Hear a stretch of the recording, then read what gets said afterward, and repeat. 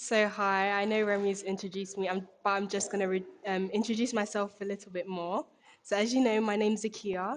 I am an A-level student. I study photography, film, and graphics. So today I'm here to actually introduce two nominees from the Dutch Börse Prize, Alejandro Catarina and Chow Fei. The reason why I've actually decided to take part today is because I am a film and photography student, but photography helped me get my voice.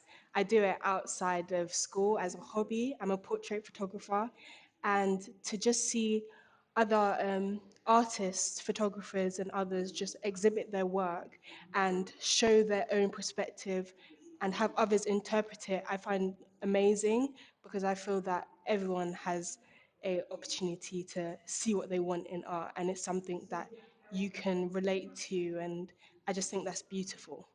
So as we start, we're going to start with Alejandro Catarena, who is a North Mexican mixed media artist. This project is called A Small Guide to Home Ownership, which he's been creating for over 13 years. It's a compilation of art that of um, projects that he's been putting together. And he's actually been nominated for the book that you see. Something that I found really interesting is that the thinness of the pages. It reminds me of something I didn't really grow up as a child, but some of you might know the yellow pages. And the yellow pages is where you find information, and for me, this is the information about how you find a home, ironically, because it's not that simple that you can look in a book and know how to find a home. So the first thing I want us to look at is the actual pictures that he uses. So he uses adverts from the late 50s and 60s in America. During this time, this is when you started to have the baby boomers being born and the influx of the population kind of growing due to the war. They really needed to start to expand on property and owning homes. So that's where we get the idea of suburbanization start to be incorporated in his work. And juxtaposed next to this image here of nature, it starts to imply the kind of idea of urbanization being placed on this kind of nature and this picture here, or the landscape itself. So this is really the start of the journey of where we start to build on nature, and that's kind of shown through the paths that are created in the land itself. So if you can see, if you look closely, we have this path created that leads to the back, or the mountains and the rivers, and that's slowly shown throughout the pictures that we see. So here again, the river goes across into the back of the picture, and that continues. This one's a bit more in your face, where we literally have a road leading again, and the river going across into your pictures. And then we stop here.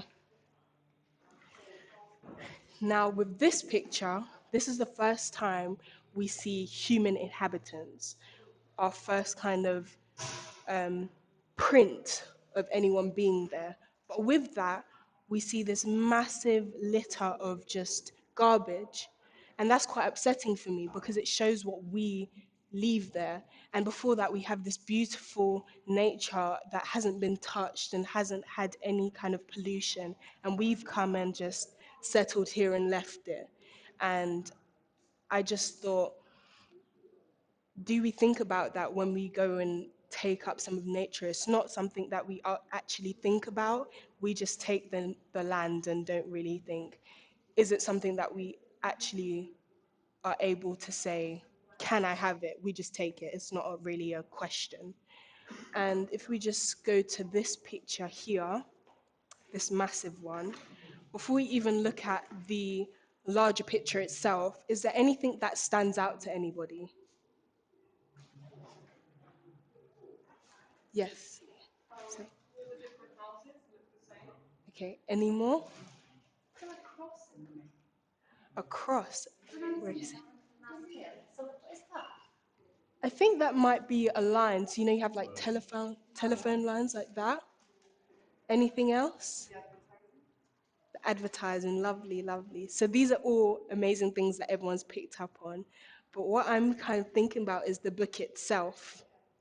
So something that I realized, I know you don't really think about it, but it's there. But it's something that I looked at when I first came into the exhibition is the actual writing.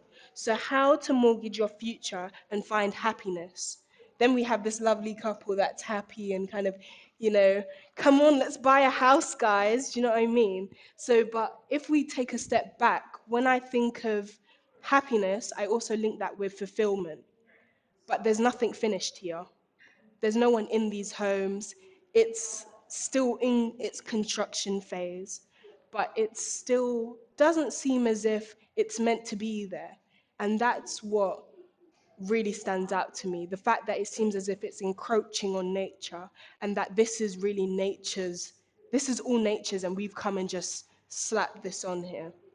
And that's what I feel is kind of ironic, that we look at this and we're like, oh yeah, this is really happy, but then we take a step back and we're like, okay, is this really what's meant to be? Is this meant to be just nature's kind of place, and we've just come and taken over? So I'd just like us to continue to this picture here. Okay. So first thing that stood out to me about this picture is actually the people's faces. Now, when you go home, well, for me, when I finish school, the first place I want to be is at home. I want to get in my house, I want to take off my shoes, and I want to go sit on a couch. And I'm happy about going home. But when I look at these people's faces, there's nothing there. It's very blank.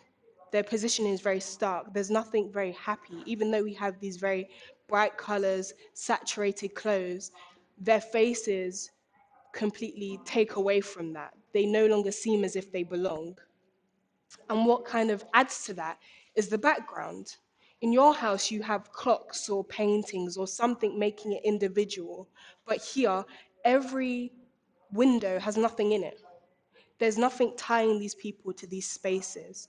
And that, that kind of adds to the theme of urbanization. Are they meant to be here? Is this their home? But also something that I just want to touch upon. I touched upon it a little bit, but it's the idea of the American dream and Western ideals. When I looked at this picture, something that I picked up on is the roles of the parents, or what I seem to be the parents. The father's holding nappies, and the mother's holding a bag, which I assume to have food in it. Now we see in a more traditional light, the father is the provider, but he's holding nappies, and the mother's the one holding the food. And if we just turn to where Remi is, Remi's over there, guys. She's pointing at this picture where the dad is the one coming with the briefcase home, and the mother's wearing the apron. And it's that question of, can these Western ideas and American ideals be put onto the North Mexican culture? Are they interchangeable? And that's just something I want you guys to think about. And we're just going to continue onto my favorite picture of this whole exhibition. Or I kind of, when I say picture, I mean this whole frame, everything that frames this. For me, this is a narrative of this woman's story of owning her home. So we always start, well, for me, I started here. If anyone speaks Spanish, they'll know that casa means home, or I got a bit confused, but I kind of got someone to explain it to me. But casa means home. And for me, this is her trying to find out if she can own a home, or going to see someone about getting a home. And then we continue to the picture down here where she's waiting to see someone about if she has enough money to get a mortgage, or if she's able to buy her house. And that continues to this picture here where she might be next in line, or she's waiting for someone to go in front of her. And the stress of actually knowing this might not be my home. This might be the first time I get told no, and I have to go back again. But the satisfaction of this picture here, of her holding her hands to the light, like the light at the end of the tunnel, that she's actually made it. And this is the first picture out of all the ones that we've seen where we see someone inside a home. This is hers. And I love that. And I think that's even more powerful because they've kind of stripped away the color and it's in black and white. So the attention is really on her. I think that's beautiful. So, something that I just want to say before I close off for this exhibition here is why I actually chose Alejandro Catarena. So, for me, I'm Jamaican and Guyanese, and these quite small islands. And this is something that I've seen happen there. Urbanization is something that's happening. There's more people or a bigger influx of people coming into the countries because of what they can offer. And with that, little parts of nature are being taken away because they need to now build new houses, build new flats, build new roads because we need to fit everyone in. And slowly, I feel like it takes away from the beauty of the country. And I feel that Alejandro Catarena has really shown that beautifully here because it's not in a matter of seconds, it's over a few years, it's over a large amount of time, but you see it here. And I think that's beautiful. So I'd like us to go into the next room to look at Chow Fei and her exhibition.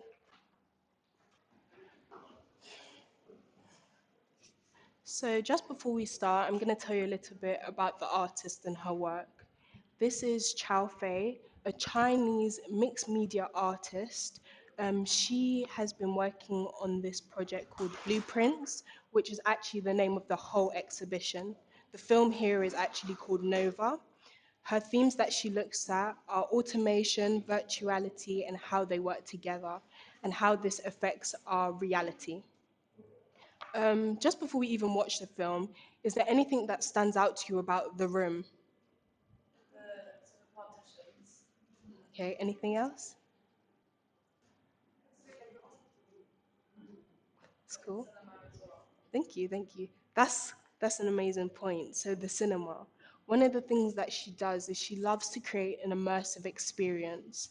One of the things that I really loved is that you come in and you feel as if you've walked into a cinema straight away, and that's beautiful. So I'd just like us to watch a few seconds of the film, and I'm going to tell you a little bit about it because it is a 2 hour full feature film, so we don't have time to watch all of it.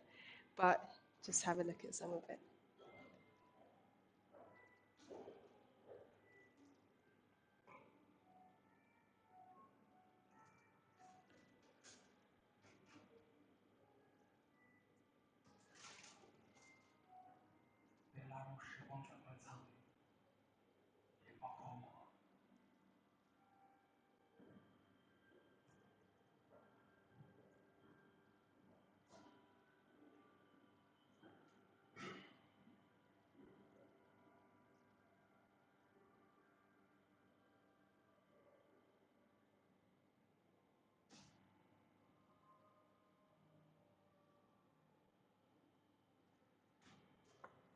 Okay, so sorry to stop you guys from watching the film. I know it's interesting, but the film is actually about a father and son relationship and how the father actually sacrifices the son for the advancement of technology. So the father, sorry, is a scientist and he is taking part in this experiment, which is to advance technology. And during this experiment, he actually uses his son, and his son gets stuck between the reality and the virtual space. So he's stuck in limbo. And what this really brings up is um, how we view relationships when it comes to technology, or what are we willing to kind of sacrifice. But we'll go into more detail as we go along. So if you'd like to just go behind the curtain.